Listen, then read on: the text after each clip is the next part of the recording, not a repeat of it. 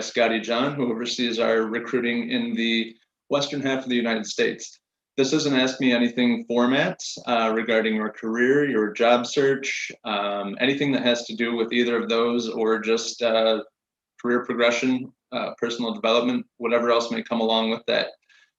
We do have some questions that have been texted in, but as always, this is our time that we're donating to you to answer your questions. So if you are watching right now, please feel free to jump in. Any comments, questions, always appreciated. Scotty is on mute right now because he is monitoring the conversation. As soon as we are all set there, we are on Scotty's feed. And as soon as we are all set there, Scotty will join the conversation and we will be ready to go. So with that, Scotty, I'll give you a preview while we're getting set up here. So the first question, oh, hi, welcome. Thanks. Yeah, it was taking a minute to load there. So, but now we're up and looks like we should be getting comments here any minute now. All right, perfect. So we'll just start off with the questions that have been texted in over the course of the last week. And thank you to those that have taken the time to text us. So first question for you, Scotty. I'm attending a virtual career fair. What should be my strategy and what are the pros and cons of a virtual career fair? Yeah, I mean, so, okay, let me try and take that one at a time. Strategy should be to have as many meaningful conversations with as many people as you possibly can. Yep. I'm kind of a believer personally in if you have 2-minute conversations with 20 people where it's essentially the equivalent of handing your business card out to 20 people, but not really, building a relationship. In other words, if it's kind of a nakedly obvious that you're just trying to benefit yourself, then that's ineffective. It's better just to have one quality conversation.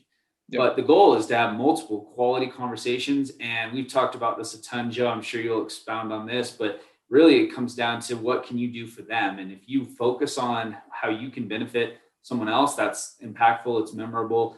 And, fair, full disclosure, I mean, that they now kind of owe you something, right? So that would be the how I'd lead. In terms of pros and cons, we can get into that in a minute, but I'm sure you have some stuff to add to that. Yeah, it certainly aligns with what the advice that you had given. Focus on the quality, not necessarily on the quantity. Obviously, a career fair, people should be out to meet one another, but it all comes down to the keys to networking that we've talked about throughout the course of our time together, which has been focus on the value that you can provide. You want to, of course, establish your expertise, but also learn about the other person and the challenges that they face so that you may be able to help them, because who knows, you may be able to face, or you may be facing the same challenges. That doesn't come through in just a simple transactional conversation, and it's probably not going to happen in the first 2 minutes. I'm not going to say, hey, Scotty, I'm Joe, here are all my problems, what can you help me with? So be strategic with it, focus on forming true relationships, and what you might be able to do as you have follow-up conversations off of those relationships that you form during the career fair is ask them who else they met during that career fair that might be of benefit after you two get to know one another. It's the same networking question that you should be asking is, all right, cool, we've connected, I know how to help you, you know what to keep an eye out for me. Who else should I be talking to, or who else do you know that you can connect me with? But if you're going to ask that question, make sure that you're prepared with some people to introduce as well. It can't be a one-sided street. We talk about that frequently. That's how you create the more transactional relationships. If it's all take, and there's no give. So if you're going to ask, make sure that you're ready to give.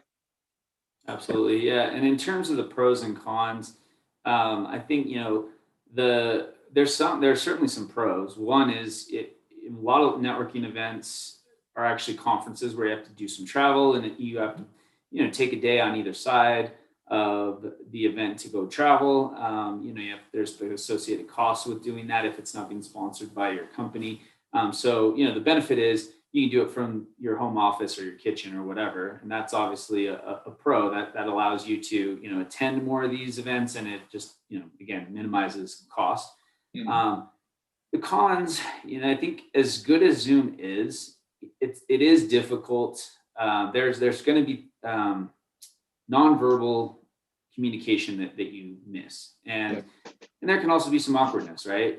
Zoom's a funny platform. We are guilty of it. We do better now than we did initially, but it's easy to talk over one another. It's easy to kind of, there can be lags sometimes from a bandwidth standpoint. So, I mean, that's one pro and one con. I think we could probably go on and on around those, but those are the ones that come to mind for me. Yeah, without having any context around the format of the event, right? We don't know the platform. We don't know basically who else is going to be in attendance, if it's something Treasury specific, if it's not. But yeah, the pros are you should be able to meet people from the comfort of your home.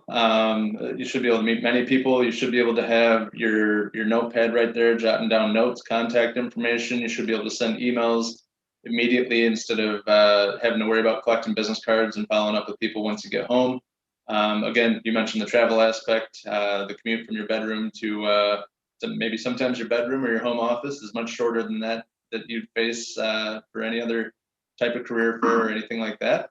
Cons, certainly you're limited by technology. You don't have that face-to-face interaction. Depending on how it's set up and how it's formatted, you may only have so much time that you're able to talk to each person before all of a sudden you're rotating. So if you're in the middle of a conversation, it forces you to be that much more efficient. And you need to be mindful of that. So it's important to understand as much as you possibly can about the format of this event heading into it, and just keep those things in mind. You're limited in the personal interaction aspect.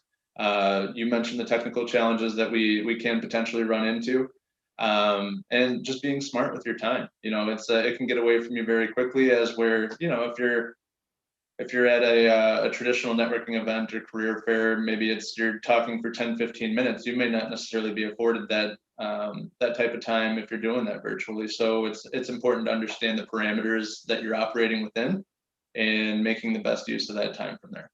Indeed. Yeah. And on that note, just to reiterate, I think that super critical in every single networking event type of scenario, whether it's virtual or otherwise, focus on quality, not quantity. And you mentioned earlier, be prepared to give, absolutely be prepared to give, but also recognize that, if you're giving too much to whomever it is on the other side and not getting anything back in return, it doesn't have to be a tit for tat type of a scenario, but you do want to be cautious of that, right? There are some people who are happy to accept what you have to give and never really have any intention of giving back in return.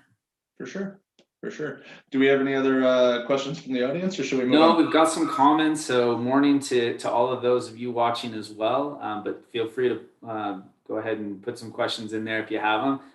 So yeah, as of right now, I think we're still going off of what's text ahead. Okay, perfect. So next question we have: at what point in the job application process do you share your most recent performance review?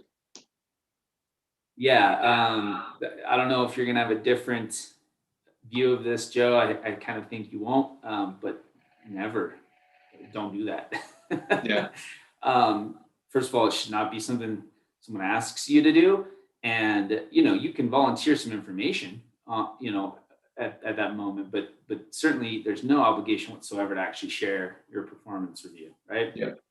Yeah, completely agree with you. The past is the past, unless you're sharing accomplishments, which would be on your resume anyway. You don't need to get into performance reviews. I rated a 4 out of 5 or a 4.5 out of 5, whatever it may be.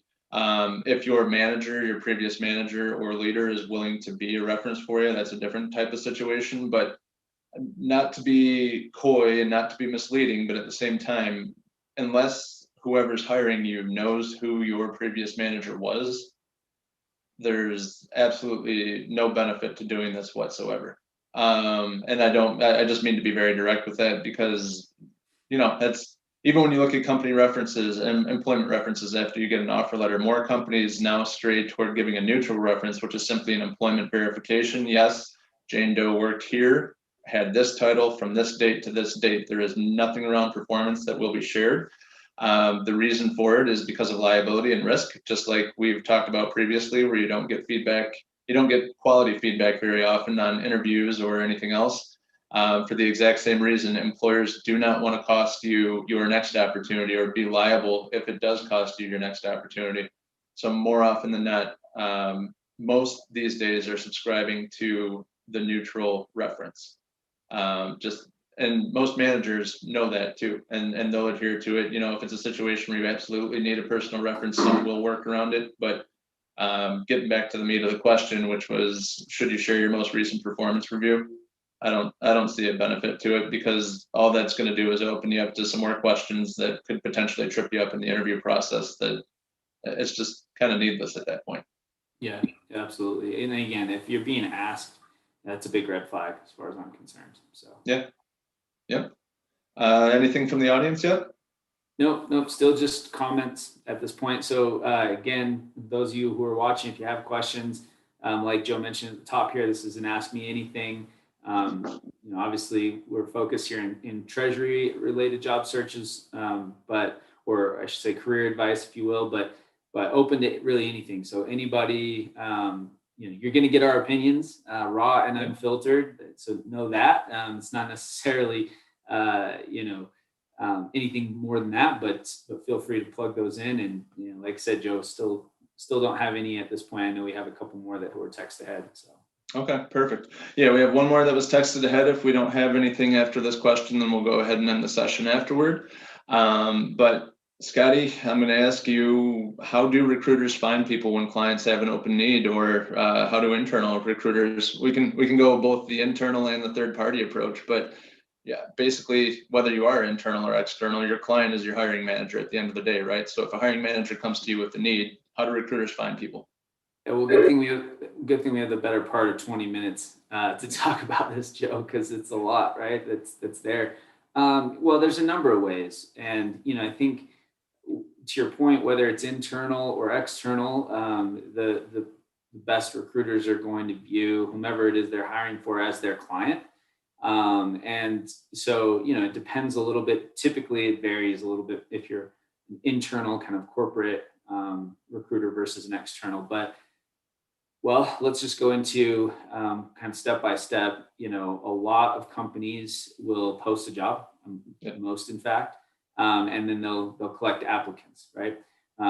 Anybody who knows you and I are going to know that we don't do that, number one, and we advocate that not be the primary source of candidates, because what you're doing there is your focus is on people who are actively on the job search. You certainly can find great candidates that are actively on the job search, but you also will tend to find more people that are, not necessarily qualified, but say to themselves, I can do this job. So you'll end up with oftentimes being inundated by people, like applicants, and you spend most of your time going through those individuals rather than being proactive.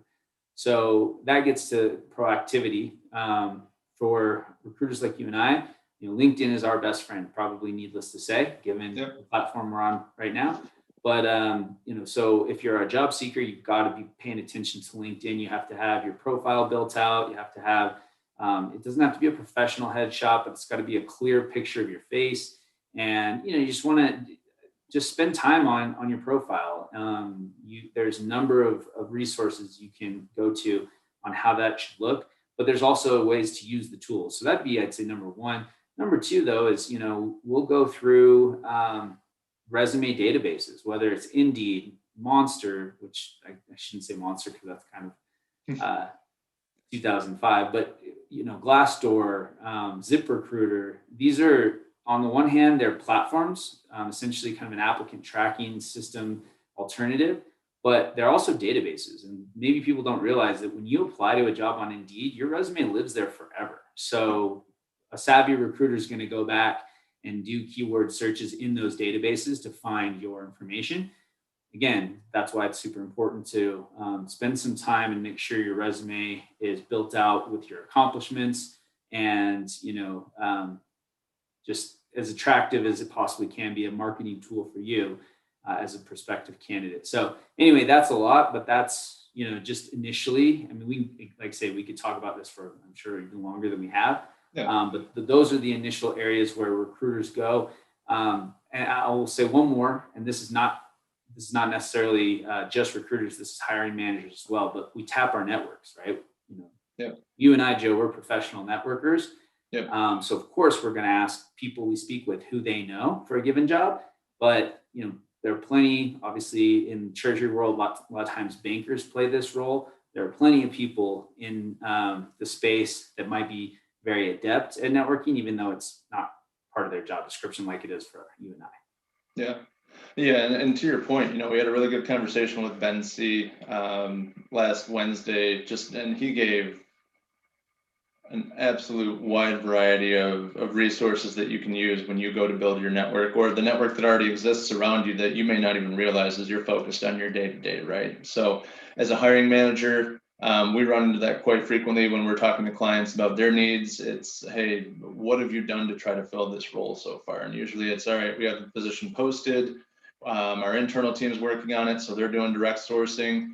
And then I always ask, hey, have you leveraged your network, or is there anyone who's in play that I need to stay away from, anything like that? So from a third party perspective, we have an extra layer of protection that we need to essentially establish before taking on the search. As an internal recruiter, if you're not having an intake session with your hiring manager and asking them who they already know who can do this job, then you're doing yourself a disservice.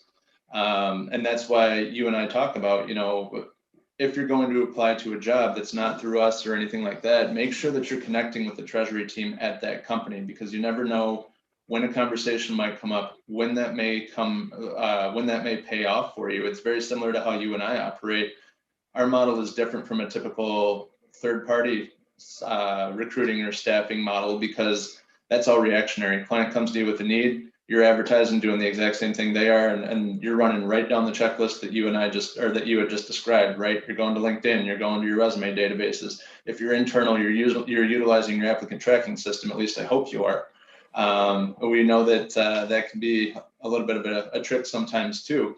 But that's why, you go to your immediate network. If you can't find what you need immediately, then you go to your external network. And the reason why I say external is only because we've talked about it.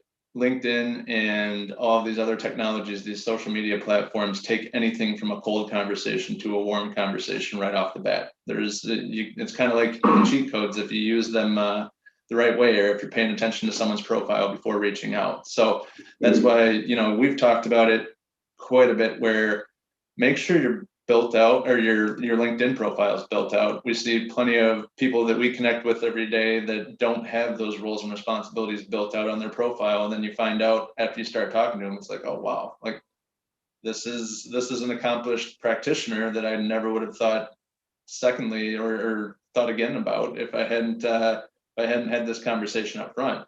Now that's coming from you and me, who are specifically in the Treasury space.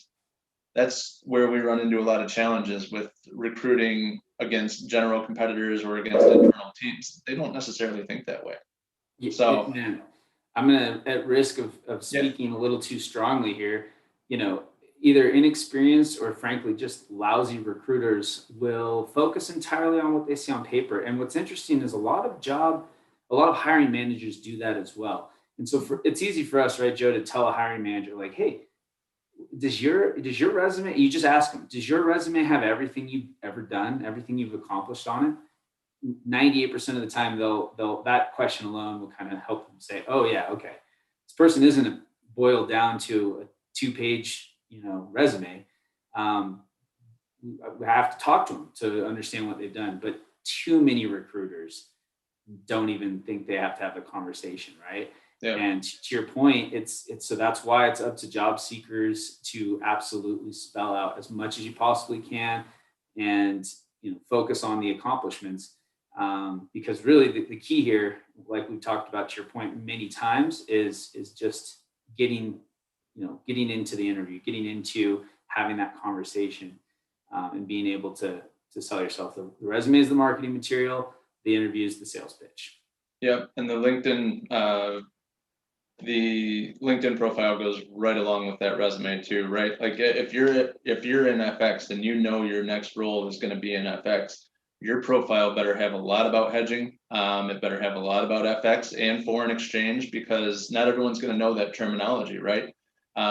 That's what we talk about, where anything that needs to be expounded upon, any kind of acronyms that are industry specific, anything like that, make sure that's spelled out clear as day in your profile. Even if it's something as simple as putting FX and in parentheses foreign exchange, like you don't know who's reviewing the resume or the LinkedIn profile, who's reviewing this or what their knowledge base is on the other side. So until you can get in front of them and actually explain and teach them what your experience has been, you almost have to kind of treat it with kid gloves a little bit and just really draw it out and explain it. And because even when you look at search terms, no matter the database, those results are based on how many times those keywords that you're looking for come up, because it's a simple Boolean search, right? You have your terms that you're looking for and your operators, your and, ors, and not, whatever it may be. So if I'm looking for someone who has cash, if someone has cash operations experience all over their resume or profile, they're showing up toward the top. I mean, that's we've talked about it previously, just with building out your resume and your profile, making sure the location's accurate, making sure the title's accurate, making sure your role and responsibilities are honed to the next job that you want, because chances are the person who's looking for you is going to be looking for those keywords. And if you're doing yourself a disservice if you're not taking the time to build those profiles out, both on the resume and on the LinkedIn side. Yeah, totally. And we talked about this in this same session last week. And this could take a lot longer than just the time we have here, but you can strategically use LinkedIn. Anyone who hasn't taken the time to really get clear on what's most important to you in the next job, that's the very first step. And it's important, right? Because that's as cheesy as it sounds, that's your North Star or your compass to kind of guide you on what you're looking for. From there, you build a list of companies that you feel like will help, would satisfy those criteria. And then you start to proactively build a network inside of those companies. And so to your point, you're going to reach out to somebody on LinkedIn with an invitation saying, hey, I'm very interested in the work you guys are doing at your company. I have a ton of respect for it. I'd love to connect with you. If they see on your resume, no picture, no detail, mismatched key terms to what your job titles are, or whatever it might be, and that makes an impression. So you have to focus on the documentation itself first, whether it's the resume or the LinkedIn profile. Yeah. And then, only then, and I guess frankly, that's something I haven't necessarily made explicit to people that I speak with about this strategy. But it should be, needless to say, but just to be clear, that's the first step, is making sure all of that is in order before you start reaching out to people. Definitely. Cool. Anything from the audience? There's still not anything from the audience. I'm going to refresh one more time to see if we have any new questions, but I actually did think of a question as you were speaking that I got throughout the course of this last week. And I'll pitch it to you real quick, because I still don't see any new questions. So I think we can wrap on this one. And this one was, frankly, Joe, I'm going to preface this by saying it kind of threw me a little bit. I was a little bit, I thought I knew the answer immediately, and then I had to think twice about it. So I'm going to pitch it to you, get your thoughts, and we'll kind of talk through it in the last 6 minutes that we have. So somebody had asked, if I'm not in a place already, if I'm, in Salt Lake City, but I want to be in San Francisco. Apparently this individual had heard the advice at one point to put down an address of a friend or a family member that might live in that place as your own. So basically, you're now advertising to the company that you already live in that place, because that way you'll get in the door more quickly. And again, for me, my initial straightforward answer, I think, is probably the same that you're going to give, but I did have to take pause and kind of think through it. So anyway, what do you think about that? I would advise against it. Reason for it being, if that's uncovered later on in the process that you're not actually local and that you do have to relocate, number one, you're not 100% sold on relocating. Part two to that, think about it. Scotty, if I told you, hey, my favorite color is blue, blue, blue, blue, blue, and then you get me something blue and I'm like, actually, I like green. You're like, all right, well, what else do you lie to me about? And 100%. as a recruiter or a hiring manager, I mean, treasury practitioners are analytical by nature, and I'm not, I know it's painting with a broad brush, but that's what they do for a living, right? So recruiters are very much the same way, where it's, all right, I'm assuming this person has this listed on their resume. I'm giving you the benefit of the doubt. If I found out otherwise, it works against you almost immediately. Yeah, 100%. Because it's just, you think about transparency and truthfulness that's necessary to start building a relationship. Interviewing and even the start of a job application, I don't think a lot of people make this correlation very often either. The second you express interest in that company is the start of that relationship. So if you're starting that off on false pretenses, or if you're starting that off with a lie to try to get noticed, it's the wrong way to get noticed, because I may be kind of blowing this out of proportion a little bit, but I mean, speaking from my own experience, if someone's applying to an open role in the Metro Detroit area, and I'm like, all right, well, I need to start next Monday, and you're like, I can't relocate for 3 months. What does that do? Like, there's no benefit to it to me, of course. This is one person's. It's my view from my perch in the world, but I personally would not do it. Yeah, I'm not at all surprised by your response. And to your point, I mean, that was my gut reaction as well, right? Is that if to your point, you start off on the wrong foot because you're misrepresenting yourself. What got me, to second guess that a little bit and think through maybe there is a place for something like this was, to your point about, a company likely isn't going to want to, if all things being equal, they're not going to want to relocate a candidate, right? If they have in a hypothetical world, if they have the exact same profile, exact same qualifications, if someone's local, they're going to go with the local person. Yeah. I think the only way that it makes sense to do something like this, and I proposed a kind of an alternative solution to it, which is just to put a proposed move date to this market, and whenever that's going to be. But what I had said was, what, if you have to weigh the risk reward here. And again, questioning your personal integrity is a pretty big risk. Yeah. But if you're willing to make that move before the end of the process, and you are not going to ask anybody for a relocate, I mean, again, keep in mind, like, how are you advertising yourself right now? Yeah. If you're willing, and especially if like your cousin or whomever it is whose address you have down there is willing to let you move in until you can find a place, that might be an exception. If you're open to, by the end of the process, being the place that you're saying you are, you will open more doors by representing that you're local. The key here is there's zero chance you can ask for a relocation. There's zero. I mean, frankly, you're just taking a big risk. Yeah.